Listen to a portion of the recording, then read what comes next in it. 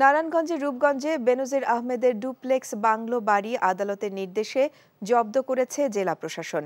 বিকেলে নারায়ণগঞ্জ জেলা প্রশাসন ও জেলা দুর্নীতি দমন কমিশনের সমন্বয়ে গঠিত টিম রূপগঞ্জের আনন্দ হাউজিং সোসাইটি এলাকার ওই বাড়িটি জব্দ করে।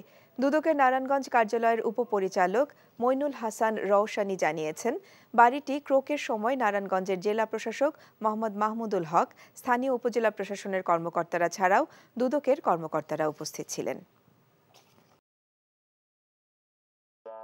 সিদ্ধান্ত লই হেলাইছে বিয়ার কাম সারি হেলাই কি এখন আন্নের লাগো এবারে মাসের 20 দিন থাকুন খাম ফ্রি।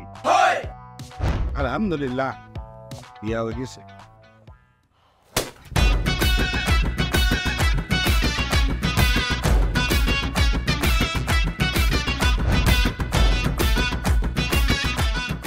জীবনে কোনোদিন হুইনছেন লাউ আর কচুলই পোলার হইর বাড়িত কেউ গেছে আর কথার বাইরে যদি এক পা আপনি যান আই আন্নেরে সুজা তালাক দি দিমু বুঝছেন নি ভাইয়া কিছু টিয়া পয়সা দেন কামর দে আরে খাই পেলা লবণ দিয়ে আরে খাই পেলা আই চাই না আর জামাই ঘর জামাই থাক আন্নে আমারে আন্নে কো বাড়িতে লই চলেন।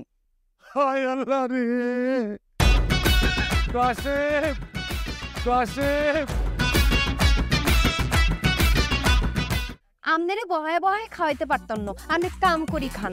এরে কাম করছি নি খেতে কোনোদিন নাই আচ্ছা আর জীবনটা লই তুই এরকম চিনিমিনি কিল্লাই কিল্লি তুই কি আর হোলারে বিয়ের দি ওর বাড়িতে আড়াইছ না জেলখানা ঢুকেছিস?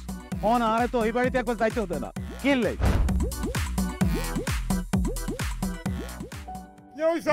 আরে তোর কথা কইতে কইতে অজ্ঞান হচ্ছে অন জ্ঞানে ফিরেন না। আব্বা আরে আব্বা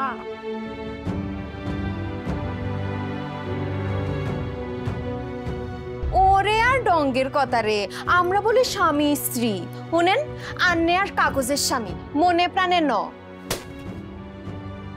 সরি আন্নে কালকে ও নাইগারে এতিমের লাইন হারাইতে চলে গেছেন এত রান্না টিয়া পয়সা ক্যাশ কিচ্ছু দিয়ে যান না। ভাই আর আব্বুল্লাহকে এক বেলা কথা কইছেন না হাইলে কলজে হাঁড়ি মরি যাইও ভাই। ব্যাকের লই মিলিমিশি কেমনে থাকুন যায় কেমনে শান্তিতে থাকুন যায় বাইসির কোনোদিন এমনি।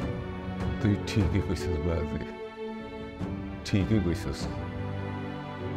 তুই আয়সার লোকে করি আয় আর কোনোদিকে চাইবার সুযোগ হয় না, কোনোদিন ভাবিও না। অথচ মানুষ এই দুনিয়াত বাঁচতে গেলে আরো যে মানুষ লাগে সেটা তো আমি জানতাম না।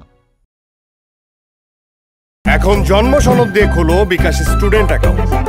নিজের বিকাশ নিজে কর।